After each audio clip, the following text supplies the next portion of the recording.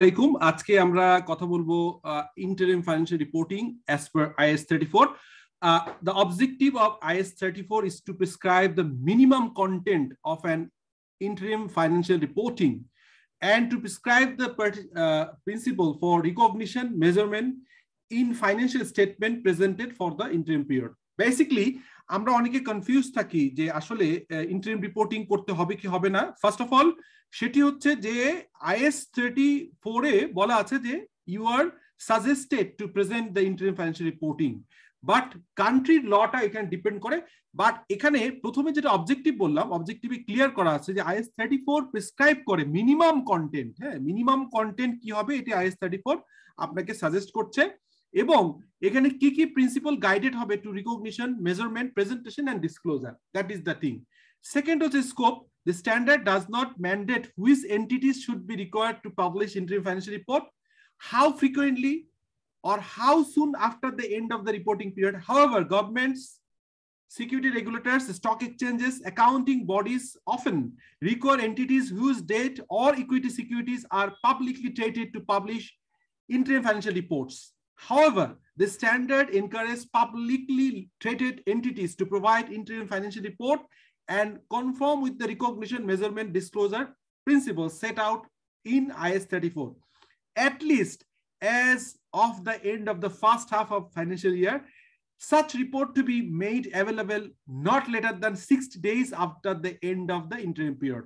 এখানে একটা ইন্টারেস্টিং ব্যাপার, আইএস কিন্তু বলছে যে এখানে ম্যান্ডেটরি না সবার ক্ষেত্রে ফার্স্ট অফ অল। সেকেন্ড বলছে যে আসলে এখানে কান্ট্রি রেগুলেটর বলবে যে কি হবে, কান্ট্রি রেগুলেটর সেট করবে। তো কিন্তু তারা বলছে যে সাধারণত আইএস সাজেস্ট করছে IAS-34 যে 6 মান্থে অ্যাটলিস্ট হাফ ইয়ারলি একবার করার জন্য, এবং এটি পাবলিশ করার কথা 60 ডেজ এর ভিতরে। এখন আসেন বাংলাদেশের যারা listed company, according to the Dhaka stock exchange এবং চট্টগ্রাম স্টক এক্সচেঞ্জ এবং বাংলাদেশ সিকিউরিটি এক্সচেঞ্জ কমিশন, যে আমাদের যে লিস্টিং রেগুলেশনস আছে সেই লিস্টিং রেগুলেশন 2015 এর পরে কয়েকবার অ্যামেন্ডেড হয়েছে। এই লিস্টিং রেগুলেশনসে বলা আছে যে ফার্স্ট কোয়ার্টার শেষ করার পরে উইদিন 45 ডেজে আপনি এটা পাবলিশ করবেন to national daily newspapers, and second and third কোয়ার্টারটা হচ্ছে 1 মাসের ভিতরে। ইন্স্যুরেন্স কোম্পানির ক্ষেত্রে কিছুটা ডিফারেন্স আছে, বাট জেনারেল কেসে আমি বলছি তাহলে ফার্স্ট কোয়ার্টার হচ্ছে 45 দিন এবং সেকেন্ড এবং থার্ড কোয়ার্টার হচ্ছে 30 দিনের ভিতরে পাবলিশ করতে হবে। That is the requirement. এখন এই আইএস রেগুলেটেড করবে আপনি মিনিমাম কন্টেন্ট কি হবে। সো এখানে ইন্টারিম পিরিয়ডের সংজ্ঞায় বলা হচ্ছে a financial reporting period shorter than the full financial year, mostly typically quarterly, half yearly. তাহলে কি বোঝা যাচ্ছে যে আলটিমেটলি হচ্ছে যে আপনি এখানে কি বুঝতে পারছেন যে আসলে আপনার ইন্টারিম ফাইন্যান্সিয়াল রিপোর্টিং বলতেই বোঝা যাচ্ছে লেস দেন 1 ইয়ার, শর্টার দেন 1 ইয়ার, এবং শর্টার দেন 1 ফুল ফাইন্যান্সিয়াল ইয়ার মানে হচ্ছে কোয়ার্টারলি, হাফ ইয়ারলি। এরপর আসেন রিপোর্টটা কি। ইন্টারিম ফাইন্যান্সিয়াল রিপোর্ট হচ্ছে এ report that contains either A complete or a condensed set of financial statement for the interim report. So এখানে কমপ্লিট করলে কোনো সমস্যা নেই, কমপ্লিট আপনি করতেই পারেন। Complete set of financial statement যদি হয় তাহলে IAS-1 অনুযায়ী হবে এবং এখানে গাইডলাইন হবে। আর কনডেন্স ফর্মে যখন হবে তখন হচ্ছে মূলত IAS-1 এর গাইডলাইন সব ফলো না করলেও চলবে, তখন আপনি কিন্তু এটাকে যেটা করা যাবে সেটা হচ্ছে এই 34 এর মানে অনুযায়ী করতে পারবেন। তো কি কি রিকোয়ারমেন্ট, মিনিমাম রিকোয়ারমেন্ট কি কি প্রেজেন্টেশন এখানে বলা আছে। The minimum component specified for the interim financial reporting কি হবে, a condense statement of financial position, মানে একটা কনডেন্স ব্যালেন্স শিট হবে। First of all this is very interesting. হ্যাঁ, এটা হচ্ছে কনডেন্স ফাইন্যান্সিয়াল স্টেটমেন্ট হবে। তারপর বলছে condense statement of comprehensive income and a condensed income statement. এখানে ইনক্লুড করতে হবে ইপিএস এবং ডাইলুটেড ইপিএস, দুটোই কিন্তু আপনাকে এখানে ইনক্লুড করতে হবে। তারপরে বলা হচ্ছে condensed statement of change in the equity, একটা চেঞ্জ ইন ইকুইটি কনডেন্স ফর্মে হতে হবে। তারপর বলছে condense statement of cash flow একটা কনডেন্স ফর্মে আনতে হবে, এবং সিলেক্টেড এক্সপ্লেনেটরি নোটস। এখানে সব করতে হবে না, ফাইন্যান্সিয়াল ডিসক্লোজার যেটা আমরা IAS-1 এ দেখি এই ডিসক্লোজারের সিলেক্টেড হইতে হবে, ফুল না করলেও চলবে। বাট কেউ যদি ফুল করেন কোনো সমস্যা নেই, কেউ যদি বেশি করেন সমস্যা নেই। মিনিমাম রিকোয়ারমেন্ট হচ্ছে অ্যাকর্ডিং টু IAS-1 এ যে 5টা সেট অফ ফাইন্যান্সিয়াল স্টেটমেন্ট আছে, according to the IAS-34 also এই 5টাই করতে হবে, বাট কনডেন্স ফর্মে, লেসার ইনফরমেশন এবং সিম্পলিফাইড হবে, ছোট পরিসরে হবে। সো এরপরে বলা হচ্ছে ইন্টারেস্টিং আরো কিছু ডিসকাশন এখানে আছে, সেটি হচ্ছে তাহলে কম্পারেটিভ ফিগার কি হবে, সেটা ইম্পর্টেন্ট যে কম্পারেটিভ ফিগার কি হবে। So the period covered interim financial report as follow কি হবে, ব্যালেন্স শিট অর্থাৎ statement of financial position at the end of the current interim period with a comparative statement of financial position at the end of the immediate preceding year. এখানে অনেকেই ভুল করে থাকেন, আমি এটা ক্লিয়ার করি আপনাদেরকে। সেটি হচ্ছে একটা কনফার্ম জিনিস বলি, সেটি হচ্ছে যে ব্যালেন্স শিট বা statement of financial position presentation যখন হবে, ধরেন আপনি আপনার অ্যাকাউন্টিং ইয়ার শুরু হয় জানুয়ারি থেকে ডিসেম্বর শেষ হয়, তাহলে জানুয়ারি যদি হয় জানুয়ারি ফেব্রুয়ারি মার্চ, মার্চের 31 আপনার ফার্স্ট কোয়ার্টার হবে। তো এই ফার্স্ট কোয়ার্টার যখন আপনি প্রেজেন্টেশন দিবেন তখন কিন্তু স্টেটমেন্ট অফ ফাইন্যান্সিয়াল পজিশন অথবা ব্যালেন্স শিট কিন্তু 31 মার্চে প্রেজেন্ট করবেন, কিন্তু কম্পারেটিভ ফিগার হবে ডিসেম্বর 31, 2000 আগের বছরে।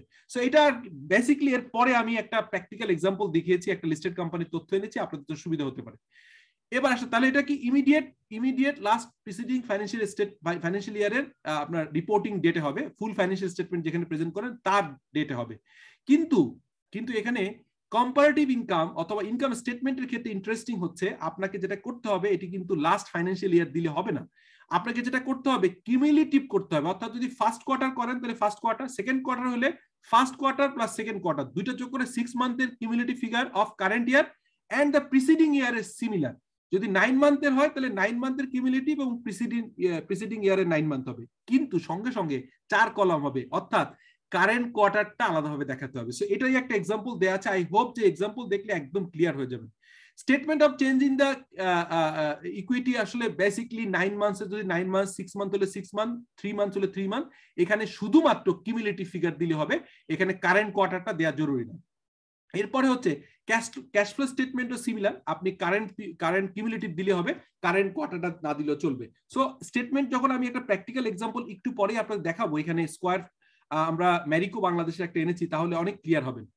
পরে বলা হচ্ছে if the companies business is highly seasonal, যদি সিজনাল ইম্প্যাক্ট থাকে তখন কি বলছে, IAS-34 encourage disclosure of financial information for the at least 12 months and the comparative information for the period 12 months period in addition to the interim financial reporting statement.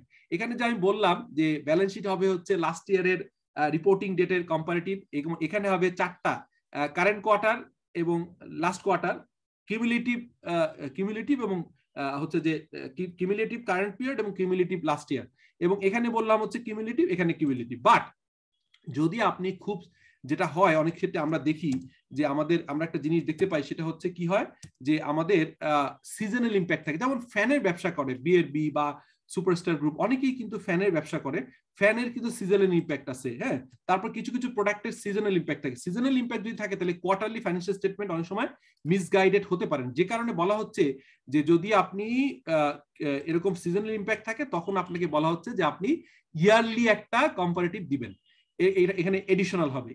এরপরে বলা আছে if the entity issues a complete set of financial statement in the interim period, those financial statements should be compared with IAS-1. তো আমি আগেই বলে নিচ্ছি, যদি কেউ কনডেন্স ফর্মে নিয়ে এসে ফুল ডিসক্লোজার করেন তাহলে IAS-1 ফলো করতে হবে। if the entity's most recent annual financial statement are prepared on a consolidated basis, the interim financial report should be prepared on the same basis. অর্থাৎ যদি আপনি একটা কারেন্ট ইয়ারের, যদি আপনার যেটা হয় সেটা হচ্ছে লাস্ট ইয়ারের ইমিডিয়েট লাস্ট ইয়ারের ফাইন্যান্সিয়াল রিপোর্টিং, ইয়ারলি যে স্টেটের রিপোর্টিং আছে, ইয়ারলি রিপোর্টিং যদি কনসোলিডেটেড ফর্মে থাকে তাহলে এই কোয়ার্টারগুলো কনসোলিডেট ফর্মে করতে হবে। এরপরে আমি যেটা বলছিলাম যে আপনাদেরকে একটা প্র্যাকটিক্যাল এক্সাম্পল দেখালে ক্লিয়ার হবে, ম্যারিকো বাংলাদেশ এটির হচ্ছে স্টেটমেন্টটা আনার চেষ্টা করেছি। এখানে খেয়াল করেন, যখন ব্যালেন্স শিট করেছি 31 ডিসেম্বর, এদের ডিসেম্বর কেন হচ্ছে আমি ক্লিয়ার করি, সেটি হচ্ছে তাদের অ্যাকাউন্টিং ইয়ার হচ্ছে এপ্রিল 1 থেকে মার্চ 30।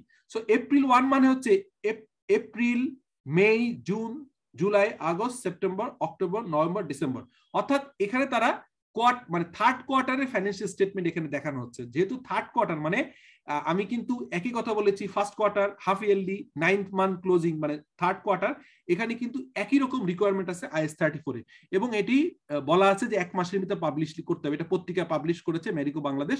সো ডিসেম্বর 31, 2020 এটা হচ্ছে তাদের থার্ড কোয়ার্টারের ফাইন্যান্সিয়াল স্টেটমেন্টের যখন ব্যালেন্স শিটে প্রেজেন্ট করেছে, তারা কিন্তু কম্পারেটিভ ফিগারে immediate immediate last reporting date, তাদের রিপোর্টিং ডেট 31 মার্চ 2020। যেহেতু একটা ইন্ডিয়ান বেসড এমএনসি কোম্পানি, তাদের ফাইন্যান্সিয়াল ইয়ার হচ্ছে 31 মার্চে শেষ হয়। ইন্ডিয়ান ফাইন্যান্সিয়াল ইয়ার আমরা জানি এপ্রিল 1 থেকে 31 মার্চ।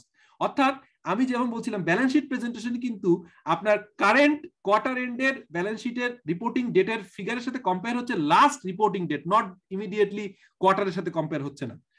কিন্তু যখন ইনকাম স্টেটমেন্ট করছি তখন আমি বলছিলাম যে যেহেতু থার্ড কোয়ার্টার অর্থাৎ 9 মান্থের কিউমুলেটিভ ফিগার অফ 31 ডিসেম্বর 2020, এই যে 31 ডিসেম্বর 2020 তে 9 মাসের কমপ্লিটেড অ্যাকুমুলেটেড আপনার ইনকাম স্টেটমেন্টের সাথে কম্পেয়ার হচ্ছে ইমিডিয়েট আগের 9 মাস, অর্থাৎ আগের 9 মাস মানে হচ্ছে 2019 এর 31 ডিসেম্বরের 9 মাসের কম্পারেটিভ। সো সেখানে দেখা যাচ্ছে যে এখানে ইপিএস ছিল এই যেটা 2020 এর 9 মাস শেষে 20 ডিসেম্বরে যেটা ছিল 79 টাকা, আগের বছরে সেম পিরিয়ডে ছিল 67 টাকা।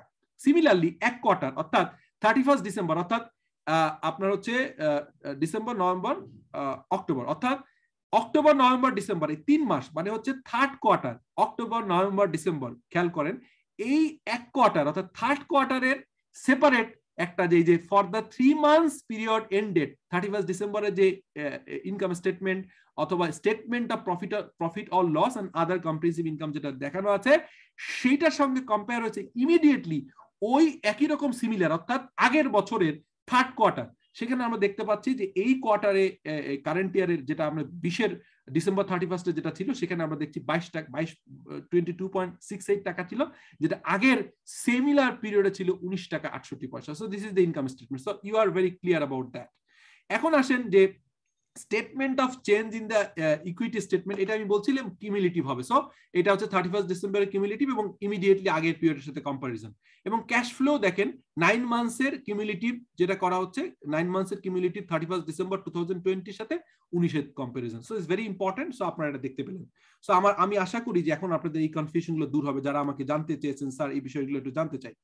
এবার আসেন অ্যাকাউন্টিং পলিসি কি ফলো করবেন। আমি সিমিলারলি বলি অ্যাকাউন্টিং পলিসি এখানে এক কথায় বলে দিই যে IAS 1 এ আপনার full set of financial statement compare করার সময় যেসব অ্যাকাউন্টিং পলিসি নেন ইন্টারিমের ক্ষেত্রে সিমিলার হবে, এখানে কিন্তু কোনো চেঞ্জ নেই। তবে একটা বিষয় আছে যে যদি এই ইন্টারিম করার ভিতর চেঞ্জ আসে এই কি প্রভিশন, এখানে একটা ইন্টারেস্টিং বিষয় আছে এটা বলে নেই, সেটা একই রাখার কথা কিন্তু কোনো কারণে যদি এমন হয় এই কি প্রভিশন অফ IAS-34 কি আছে ইজ দ্যাট কি বলছে an entity should be used the same accounting policy throughout the single financial year. If a decision is made to change the policy mid-year যদি policy change আসে, the change is implemented retrospectively and previously reported interim data is restated. তাহলে কি হলো, normally আপনাকে বলা হচ্ছে যে আপনি এটা চেঞ্জ করবেন না, এটাই স্বাভাবিক। যদি চেঞ্জ করে থাকেন তাহলে ইমিডিয়েট যে কম্পারেটিভ ফিগারটা রিস্টেটেড করতে হবে। এবার আসেন মেজারমেন্টের ক্ষেত্রে বলা আছে যে measurement of the interim financial reporting should be made on a year to year basis so that the frequency of the entity's reporting does not affect the measurement of the annual result.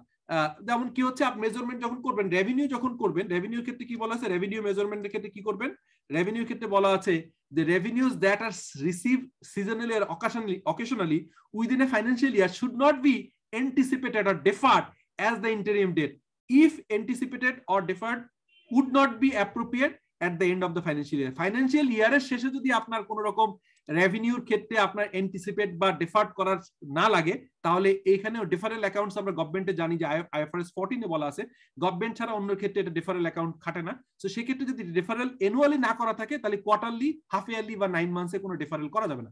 কিন্তু কস্টের ক্ষেত্রে বলা আছে যে কস্টের ক্ষেত্রে করা যাবে যদি এটা প্রভিশন করার সুযোগ থাকে। কি বলা হচ্ছে কস্টের ক্ষেত্রে দেখেন এখানে ইন্টারেস্টিং যেটা এখানে আমরা বলছি, এখানে কিন্তু বলছি measurement expense income measurement, cost that are incurred unevenly during a financial year should be anticipated. হ্যাঁ, unevenly যদি হয় anticipated or deferred for interim period purpose if যদি কি হয় if the only the also appropriate anticipated deferred type of cost at the end of financial year. Similarly যদি আনইভেনলি কোনো খরচ হয় যে ধরেন এক মাসে যা হয় পরের মাসে সিমিলার না, একটু চেঞ্জ হবে। আনইভেনলি হলে যদি ইয়ারলি যেরকম আপনি অ্যাসেস করে ডিফারেল করেন অথবা প্রভিশন করেন, সিমিলারলি অ্যাক্রুয়াল করেন, সিমিলার এখানে করতে হবে। ইনকাম ট্যাক্সের ক্ষেত্রে আরো একটা ইন্টারেস্টিং বিষয় আছে। ইনকাম ট্যাক্সের ক্ষেত্রে কি বলা হচ্ছে, ইনকাম ট্যাক্সের ক্ষেত্রে বলা হচ্ছে income tax expense should be recognised based on the best estimate of the weighted average annual effective tax rate expected for the full financial year সারা বছরের যে expected rate হবে প্রতি বছর ফাইন্যান্সিয়াল অ্যাক্টে আমরা যদি চেঞ্জ আসে যেটা expected last চেঞ্জ সেটার ওয়েটেড অ্যাভারেজ ফর্মে আপনাকে ক্যালকুলেট করতে হবে disclosure is very important because এখানে কন্ডেন্স ফর্মে ডিসক্লোজার হবে আমরা জানি সো ডিসক্লোজারটা কি আছে এক্সাম্পল দেয়া আছে আপনি এক্সাম্পল অফ দা আপনার events transaction which disclose required if they are significant কি হচ্ছে right down the inventories and reversal যদি আপনার রিটার্ন ডাউন মানে যদি কোনো কারণে ইনভেন্টরিকে আপনি যদি রাইট ডাউন করতে হয় সেটা এবং রিভার্সাল হয় সেটা আনতে হবে recognition of reversal of impairment loss যদি হয় অথবা যদি রিভার্সাল হয় সেটাও আপনার আনতে হবে reversal provision of the cost of restructuring যদি কোনো কস্ট রিস্ট্রাকচারিং হয় reversal of provision for the cost of restructuring যদি প্রভিশন রিভার্সাল হয় আমরা জানি যে আমরা বিভিন্ন ধরনের প্রভিশন করি হ্যাঁ কন্টিনজেন্ট প্রভিশন করি কন্টিনজেন্ট লায়াবিলিটি এবং এক্সপেন্সের প্রভিশন করি এটা যদি রিভার্সাল হয় সেই ক্ষেত্রেও এটাকে বলতে হবে acquisition and disposal of property plant equipment এরকম যদি কিছু থাকে অবভিয়াসলি আপনাকে রিপোর্ট করতে হবে commitment of purchase of property plant equipment যদি কোনো আনক্যান্সেলেবল যদি কোনো কমিটমেন্ট থাকে সেটা আনতে হবে লিটিগেশন যদি কোনো লিটিগেশন স্টেটমেন্ট দেখাইতে হবে আপনাকে তারপরে কারেকশন অফ পিরিয়ড এরর যদি কোনো রকম কারেকশন আসে সেটাকে আপনাকে দেখাতে হবে change in business or economic circumstances affecting the fair value of the financial asset and liability financial asset and liability যদি কোনো fair value তে চেঞ্জ আসার সম্ভাবনা থাকে সেটা কিন্তু আপনাকে এটা অবশ্যই আনতে হবে আমরা জানি ইম্পায়ারমেন্ট এবং আমরা রিভ্যালুয়েশন এবং ইম্পায়ারমেন্টের ক্ষেত্রে এই কাজগুলো করি সিমিলারলি এখানে কিন্তু যদি কোনো ইকোনমিক অথবা বিজনেস সার্কামস্টেন্স চেঞ্জের ক্ষেত্রে কোনো নদী ভাঙতেছে কোনো এলাকা অথবা কোনো নতুন করে রাস্তা তৈরি হচ্ছে আপনার প্রপার্টিটা এখানে গভর্নমেন্ট অ্যাকুইজিশন হতে পারে এরকম কোনো বিষয় হলে এটা আনতে হবে loan default not reminded or breaches of the loan agreement যদি কোনো আপনি এখানে ব্রিচ অফ কন্ট্রাক্ট হয় অথবা আপনি যদি এখানে কোনো লোনের পেমেন্টের ব্যাপারে যদি কোনো ইস্যু থাকে সেটাকে ডিসক্লোজ করতে হবে transfer between the levels of the fair value hierarchy or change in the classification of the financial asset আমরা জানি ফেয়ার ভ্যালু আমরা IFRS 13 অনুযায়ী আমরা এটা সিলেক্ট করি এরকম যদি কোনো চেঞ্জ আসে এবং classification of the financial asset আমরা জানি IFRS 9 এবং 39 IAS 39 অনুযায়ী বলা আছে সেখানে যদি কোনো ফাইন্যান্সিয়াল অ্যাসেটের কোনো চেঞ্জ আসে সেটাও ক্লাসিফিকেশন এখানে আনতে হবে change in the contingent liability and contingent asset অথবা কন্টিনজেন্ট লায়াবিলিটি যদি কোনো চেঞ্জ আসে সেটাও নোটে আনতে হবে so this are the basically আপনার ডিসক্লোজার রিকোয়ারমেন্ট আই হোপ যে আপনাদের এটা ভালো লেগেছে এবং আপনার যদি এই ভিডিওটা ভালো লেগে থাকে আমি আরো কয়েকটা আমার অলমোস্ট সবগুলো IAS কভার করা আছে যেগুলো কভার করা নেই ওগুলো দেখাবো ইনশাআল্লাহ থ্যাংক ইউ